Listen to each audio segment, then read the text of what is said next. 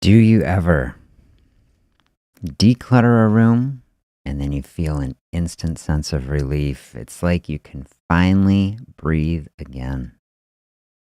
Breathe easier. There's a lightness, the type of thing we're going for. You know that a clean environment, it can settle the mind, it can lower stress, create the space for what actually matters for our very life. But that all, as good as it is just the external world. Now imagine our internal environment. So much of the time, don't you feel this way? We're walking around with clutter inside here. It might be mental clutter. There might be physical clutter in the cells of our body. That's where we're going to get into with the fasting space.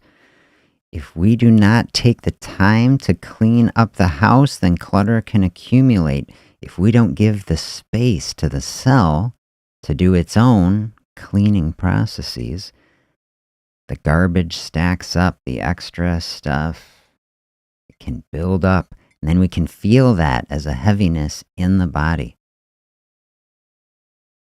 Today we're going to take a look at fasting as minimalism in the body. You take minimalism in the house, it's like not that we don't need things, but let's only have the things that really bring value. Creates an environment of flow, of peace, helps us to practice contentment. Man, these are things we need in the body too, right? Take the broom and the dustpan to the cell and the mind. Get a refreshing effect. Do you feel that way? We said yesterday, some people agreed. You get into that fasting space, you find mental clarity. You find rejuvenation. This is fasting as a wellness practice. We need to totally transform the cultural perspective. I say of our entire society, let's think big today. I'm psyched up. Totally transform from a consumption culture into a contentment culture. Fasting can help us do that. Minimalism can help us do that. We've been, do you think it's fair to say, we live in a maximalist culture? Everything more, everything bigger, everything better. It's very hard to be content that way.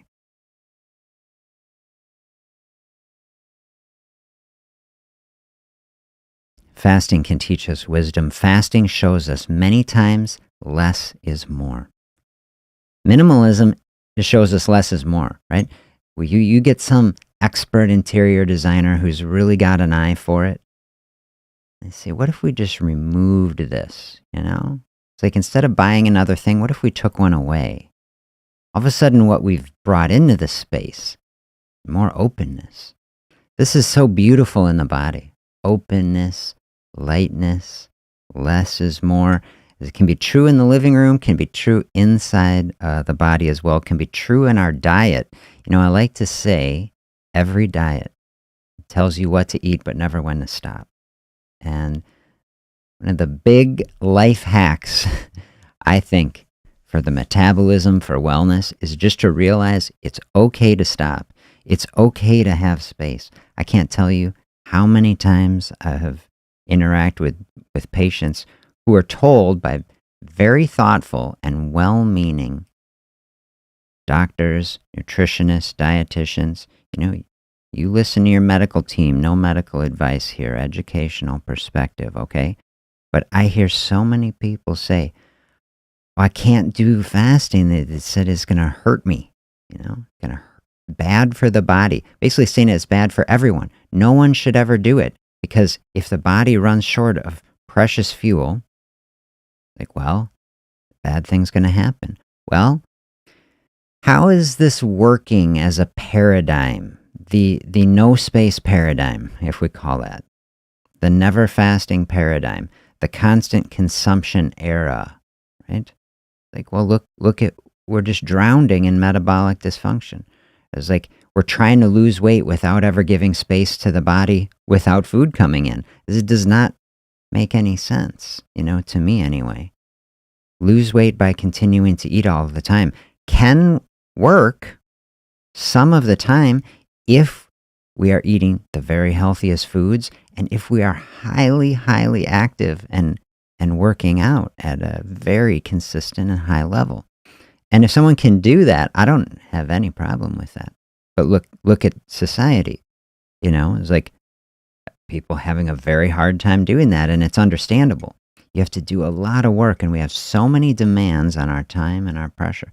So we say minimalism as a concept, showing us, I think, less is more. Instead of trying to burn ourselves through huge amounts of consumption, to open up some space. Now the pressure is off.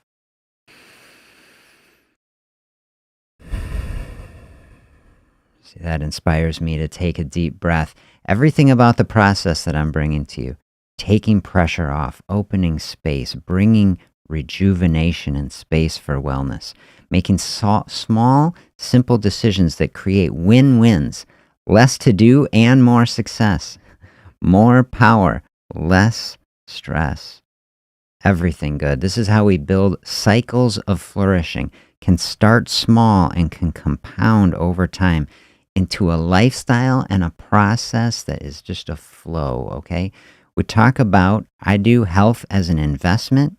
If we take in traditional investing concepts of compounding, all right, then we can really start to see, okay, we're investing in ourselves. We're putting in hard work, like, right, especially early on, like a young person, or if you haven't been a saver, you say, I'm just going to start saving a little bit. You say, oh, is this moving the needle? Is like, oh, I have $20 now and I didn't before, you can feel down about it. You take the first steps on a health path.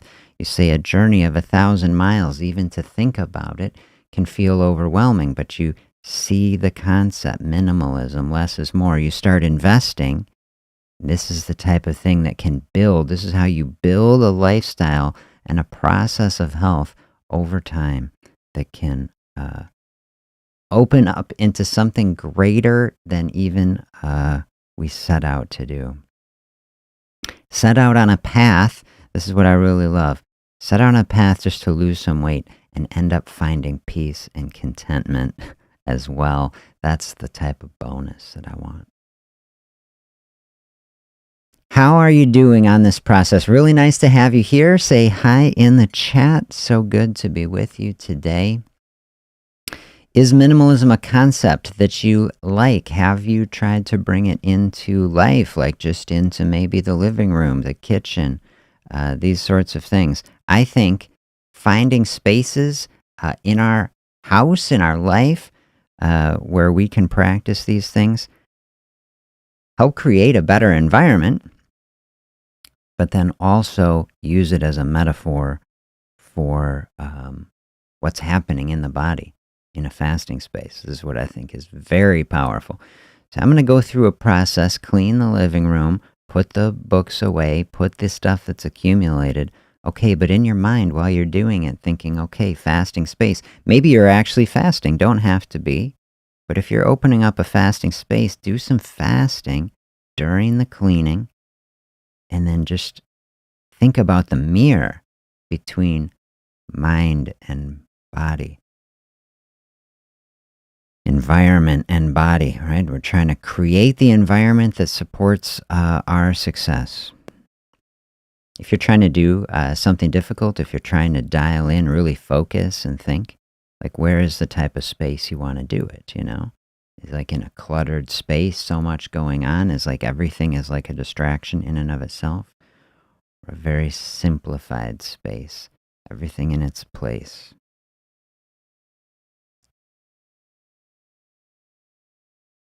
I go with the latter for sure. So here in this session, I'm going to bring some minimalist thinking and minimalist principles to us to guide our thoughts. The first one that I want to highlight, have you ever used this, the 1-year rule? If you've gone through a 1-year cycle and you got stuff in your house, never touched it, it's like you should at least ask the question, like, do I need this in my life? Maybe it's some keepsakes, maybe it's old photos, stuff like that can get a pass, right?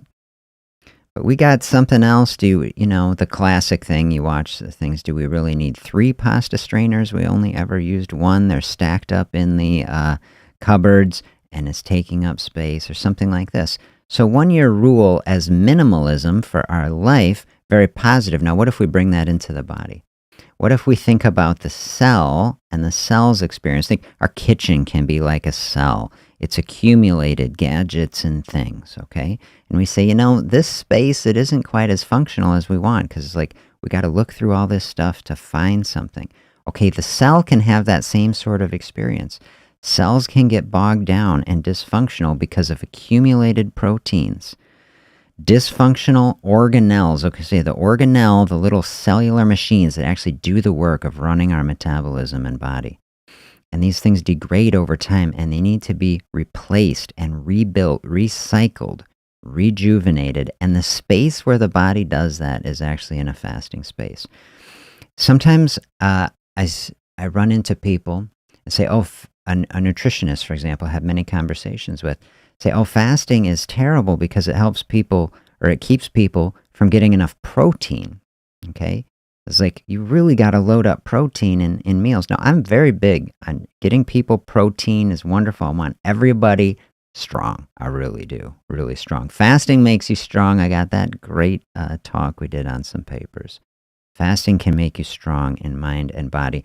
The thing that people are missing, and the thing that research, to my knowledge, has really not explored, all the studies on RDAs for macros and even vitamins, everything. These are not done in people who are fasting, okay? And there is not an appreciation of the incredible cellular recycling process that happens in the body that is activated by fasting. When we have dysfunctional protein, the body doesn't just excrete it, it doesn't just get rid of it. It breaks the thing back down into amino acids, and it can rebuild new proteins out of it. Like, this is just so radically cool, I think, I'm kind of a medical geek. I nerd out about these things, but I mean, isn't it amazing? I think I just sit here as a doctor and I'm saying patience, patience, patience. I'm thinking, I want to give you this effect. If I could give you a cellular recycling effect in a prescription, I would write it all day long. But the way to do that is to practice fasting. It's a gift you have to give yourself. That's why I'm doing this. This is basically the way that I have come up with to do it. If I could hand it to you, I would do it. But since it's something that we have to do, we can do it together in fasting space. That's the whole thought. So 1-year rule, the cell is going to employ that. That's what I'm saying, and this is what I want. We can think in our life, we got 1-year rule, haven't touched the thing, maybe send it to Goodwill, maybe give it to a friend, maybe sell it or something, you know what I mean? Cell's going to do that. We give the cell the space, cell's going to say 1-year rule, and however it does it as a concept. It's going to say, let's pass that on. Right? We don't need this anymore. Let's recycle it.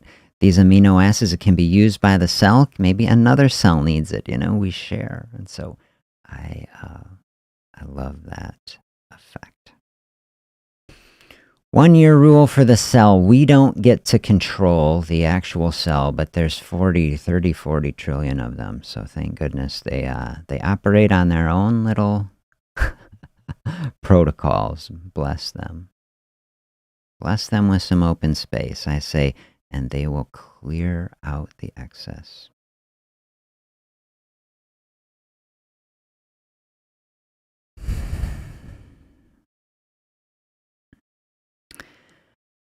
I was thinking about this parallel. We said it already a little bit, right? If you want to focus, you want a clear mind, clean the space, right? Help to lower the distractions, less to think about. Cleaning out that space internally, one of the big things that does is helping to reduce inflammation. We did the talk in the past on inflammation, probably should do more. Trying to cleanse the system, less clutter. It's like, do you ever have it where it's like there's stuff and it's like you're bumping into things? Do you bang into something even on an accident because you're trying to get through? It's like, oh, there's so much stuff. We got to pick stuff up. This is kind of an analogy that we can think about in the cell. Cell bumping into things internally is like when things are not clear, get cluttered. So do you struggle with inflammation? Can you feel it? Do you feel achy? Do you have inflammation going on in any kind? Minimalism, just like we can remove the obstruction, reviewed papers, okay, reduce inflammation. This is part of the autophagy process. Clearing out what doesn't serve us. Getting rid of the junk, the things that's accumulating is so beautiful. I think about it this way. An analogy I used, I did a minimalism talk over a year ago. I thought I'd do another one just because the concept, I think, is so good. Is like your car, right? If you got a car, it needs maintenance, right? So we think of our body like a high-performance vehicle. And I say we're trying to put the, premium fuel only for the car. That would be like eating only the highest quality food for our body. If somebody's invested, huge money in some luxury vehicle, you say, well, I'm going to at least put the high quality gas into it or something, right? It's like, isn't our body more valuable than any luxury car, right? That's what I say. So shouldn't we put premium fuel only? If we're going to buy anything premium in our life, shouldn't it be the things that go into our actual body and form a part of us? Okay, absolutely. I think it should. Minimalist getting to that place, because it's like minimalism in a life concept doesn't mean own nothing, right?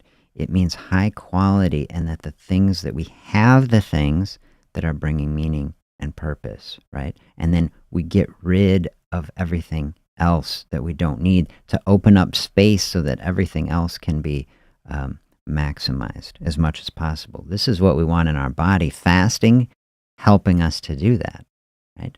It's like we want the highest quality things, but nothing else that doesn't serve us.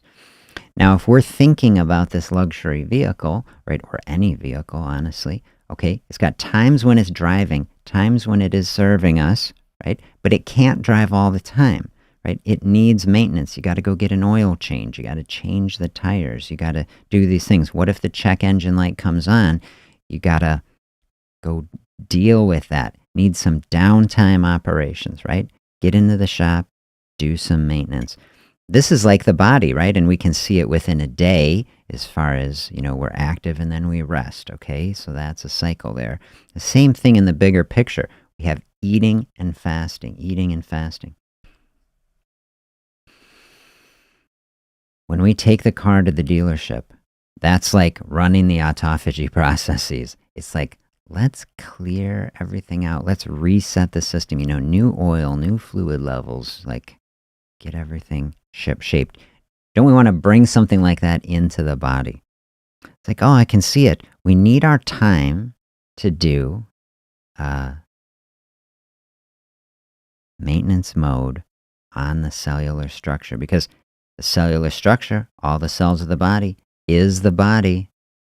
Such a beautiful thing to realize.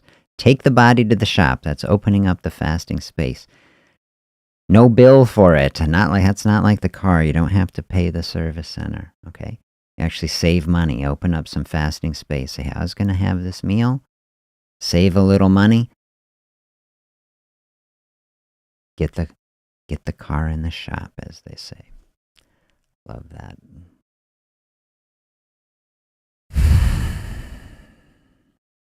One of the big things as it's coming to me, minimalism, is just limiting the number of decisions that we have to make. We live in an age of stuff, I would say. And whether it's within our house, whether it's things we want to buy, whether it's food itself, okay? As we take minimalism into a food space, then we're just really interfacing these things. There's 50 different types of cereal. It's like, what types of cereal do I buy? I say, well, look, if we're trying to really dial in on a healthy thing, is cereal a very highly processed thing? How about zero, right? Let's wipe that one off the table. So here is a minimalist concept where we're trying to protect that mental space. Okay, if there is decision fatigue, if we're overwhelmed by these things, when we simplify things, okay, simplification, greatly underrated. We're in a society that values everything complex, and complexity has its place, right? But sometimes the best path forward, simplify. 0, a much easier number to work with and comprehend than any other number. It's like, just take it off the table. Less decisions to make. Okay, when we have to cook 3 gourmet meals a day, we say, well, that can feel overwhelming. So much shopping and planning and cooking and cleaning and eating and things. You say, this is taking up my whole day. There's like a huge percentage of it. All of a sudden, it's like, no, you know what? I'm good. I just brewed up some beautiful tea, or I have a coffee, and we carry on. It's like, whoa, like we are simplifying so many things. This is really, when we are looking at minimalism in diet, like now we're merging these two worlds between external and internal. Simplifying our diet means less trips to the grocery store, less things to buy, less organization happening, a cleaner fridge, like everything easier to organize. Okay, that's taking the pressure off externally, and then it's facilitating what's happening internally in the body. Taking the pressure off. Moving towards simplicity. Insofar as it makes life better, that it makes it easier to get everything done and have, some open space to process the thoughts.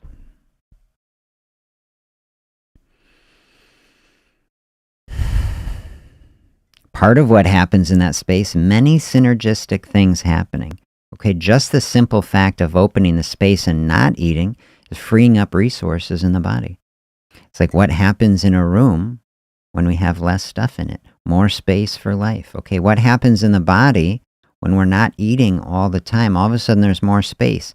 It's like digestion is a very energy intensive process.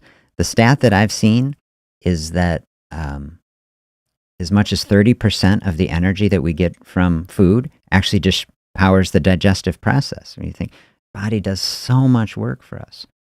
All of a sudden we take a break from that, GI system can shut down. Like now there's energy available for other things. That's part of the mental clarity that you can get from fasting. It's just the fact that we're not diverting the resources off to the GI system for a while. All the energy of the body available for other things.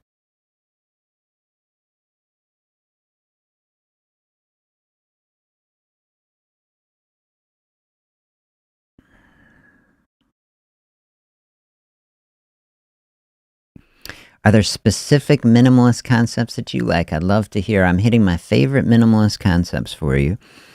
And are there ones that you like? I'd love to hear it. Or are there specific spaces where clutter bothers you the most? That would be something to think about this day. What is the space where clutter bothers you the most in the house? And that would be something to reflect on. Maybe a first step in moving towards something. Just take one step to say, if you're struggling in a health space, can we tackle the environment? This is a big thing we've talked about. How do we build the environment for our success? We're looking for clarity, right? And we're looking for a path that is moving us forward. Maybe the place to start externally, shaping up the environment, bringing clarity and simplicity to the environment, using that as a metaphor, as a crutch, as a bridge to help us get into that space.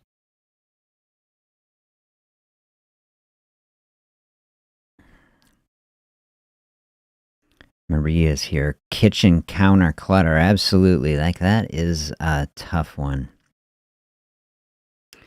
Especially interfacing, is it harder to focus on food and the healthy food and what's happening? Stuff's everywhere. It's not bringing peace to the mind. A key place to dial in on. Thank you for sharing.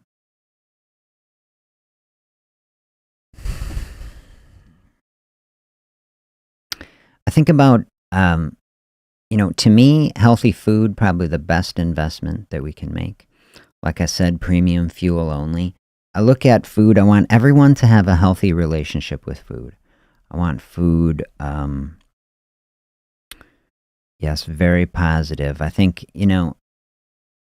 if we look into a very difficult space, like an eating disorder, for example, of some kind, say a dysfunctional relationship with food, want a healthy relationship with food, and look at our culture. Our culture has taken food from something that has been the most natural thing and has turned it into a consumer good. It's made it into something synthetic.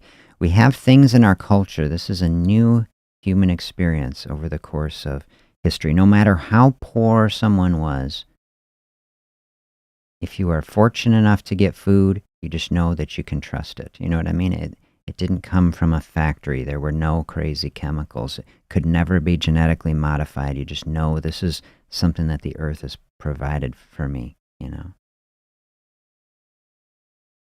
can be very difficult, extra difficult now. How do we have a relationship with food? We're trying to build a healthy relationship with food. When it's like, can we even trust it? We got to ask a lot of questions. Can I trust this food? Is this thing that looks like a food really a food? I think we need a broader, or maybe broader, narrower definition of food. Food, people would say, well, it's just something that's edible that gives you calories so the body can function. It's just like something, like we're like a steam engine in the analogy, and we're just shoveling coal into the furnace. Like we just shovel stuff in there. It doesn't matter. It's just going to burn it up anyway. That is a poor analogy for, or a poor way to define a food. Because what we are experiencing in this health moment is that consuming certain things that we think of as food, like actually is harmful to the body. So a food, like a true food in my view, something natural that came from the earth in a natural way, that gives, yes, energy and calories to the body, but also promotes health, doesn't give you diseases while consuming it. We want to build relationships like that with food. That is the healthy and nourishing process. When we look at it on that level, a phrase that I like to use, are we eating in order to live, or are we living to eat? If we are using food by chasing an experience or a feeling, that we're using food as a drug to cope with a deeper issue. That's why I do sessions, deeper issues, trying to dive into the emotional space.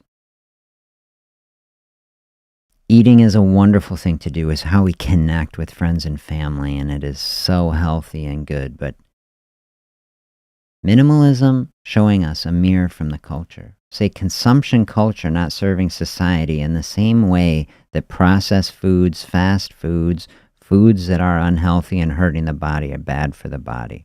Right? Minimalism can help society by saying we need to stop focusing on quantity and appearances, start focusing on function. Beautiful practice to bring into the body with food. Not focused on quantity, not just trying to get some ultra taste experience to give dopamine to help us cover over things. Build a deep, meaningful, satisfying relationship. Eating in order to stay alive, meaning bringing the building blocks of health into our body so our health can flourish. To me, that's the parallel, where minimalism in the external, minimalism in the body, helping us to refine the core, beautiful foods and experiences that help the body to thrive and flourish.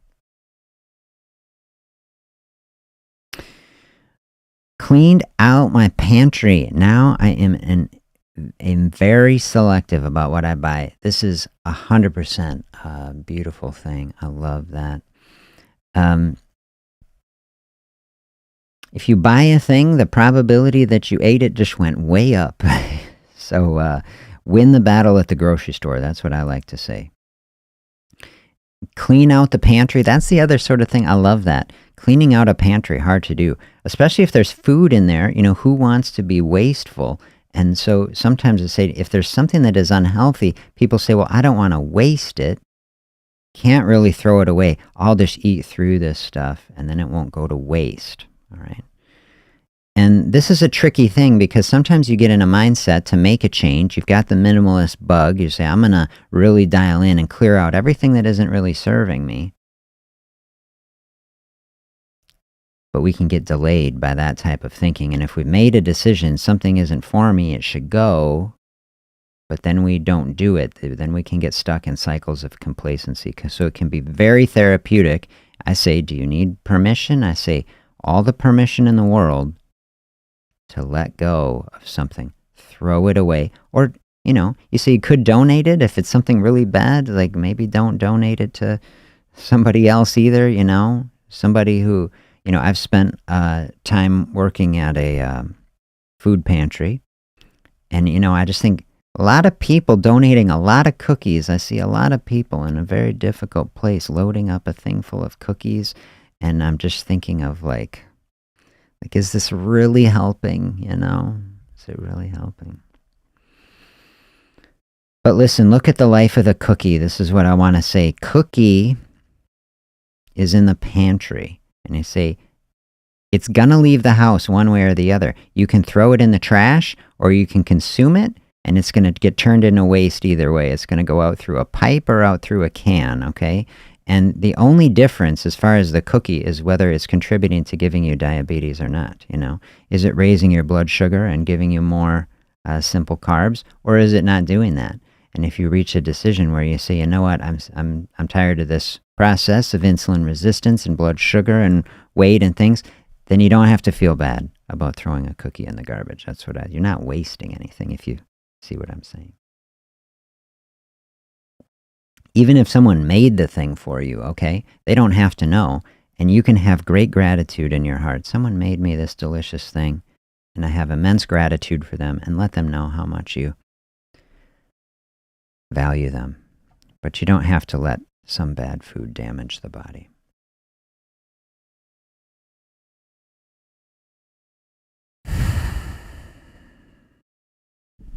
A big minimalist principle that I love, probably do a whole session on it, is, when we have cleaned out the house, when we have decreased the number of things that we even have to manage, if there's less things on the shelves, it's less things to dust, this sort of thing. If it's less knickknacks and things in the kitchen, it's less that we have to clean and organize, to simplify everything. This is showing us fasting space, like less meals that we have to do. It's just more time that we have. Minimalism in the external environment can save us time. Less to clean, less to do, less to buy. What do you do with that time? Same thing in the fasting space. What do you do with the extra time? This is how minimalism is freeing up resources everywhere. Do you have time to do deep work? Like the deep emotional work, like giving your self space. Say, normally I'm getting up and having breakfast, and I would prepare all the things. I would at least get the bowl, get the cereal, pour the thing, eat the stuff, wash the dish, put it in the thing. It's like maybe you free up 10 minutes. Say it was something simple. Like maybe that's 10 minutes in your day where you say, I can actually start the practice of journaling, which is the most powerful wellness practice. Maybe you split it up 5 minutes now of this extra time where I can open up some open mental space, a meditation space, and then write about what comes in. And then you can expand that, or you got a busy day. This is where I use fasting the most. I've got a busy day. I've got so much to do. And I am fired up. Sometimes the energy really flowing. Some days I'm not feeling it. But if I am like really crunched, man, I open up that fasting space, breakfast, open up fasting space, lunch. It's like huge amount of resources I didn't have to expend that I can use for something that is valuable to me.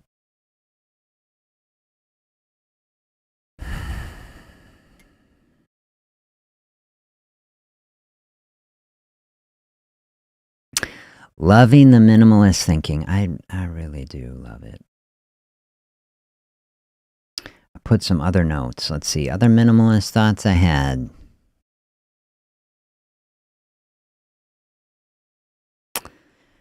I just wrote from hustle to flow, hustle culture. We've talked in the past, Pat talked a lot about hustle culture. And to me, the bigger thing, yeah, we've touched on this a little bit. Moving from the idea of consuming into simply being. I think minimalist for body and mind, giving us permission, the opportunity, trying to find that flow state, moving into a space. It's okay to be. Don't have to keep consuming all the time. I think this is where I wanted to start winding it up, that it's okay simply to be. Finding that joy, we did that in the last couple sessions this week. Finding contentment within ourselves, stopping looking externally for joy, finding joy present here. These sort of concepts giving us the permission to do that, to sit in that space. So I want to leave you with a little challenge at the end here. I say find one place of clutter in the home. Doesn't have to be a whole room, could be a single drawer. If it is your top space, like you say, oh, this is a place where I like clutter the least, is it there? I say make a commitment today, clean up one little place in the environment, do one little thing, maybe identify one object in your environment that you don't really need, that you could move on from, and then use that process as a mirror to understand what is happening in the body when you give the body space, so that we're creating space and room in the body so that life and health can flourish, especially if you could recycle it or repurpose it, because that is what the cell is going to do in our body. It's going to take the old and make it new. If you do that, let me know. What is your little cleaning project in the house today? Throw it in the comments, and then use that process. Are you opening up a fasting space? See that the cell is doing that, helping things to flourish. More space in all of our life is a beautiful thing as we move toward health and healing. Burn up that stuff in the body that isn't serving us. That's what happens when we open up some fasting space. Really nice to share these thoughts with you. I hope you're doing great. I hope you have benefit from this thinking. I hope you have a beautiful weekend. And I will look forward to seeing you again next week. Have a great day, everybody.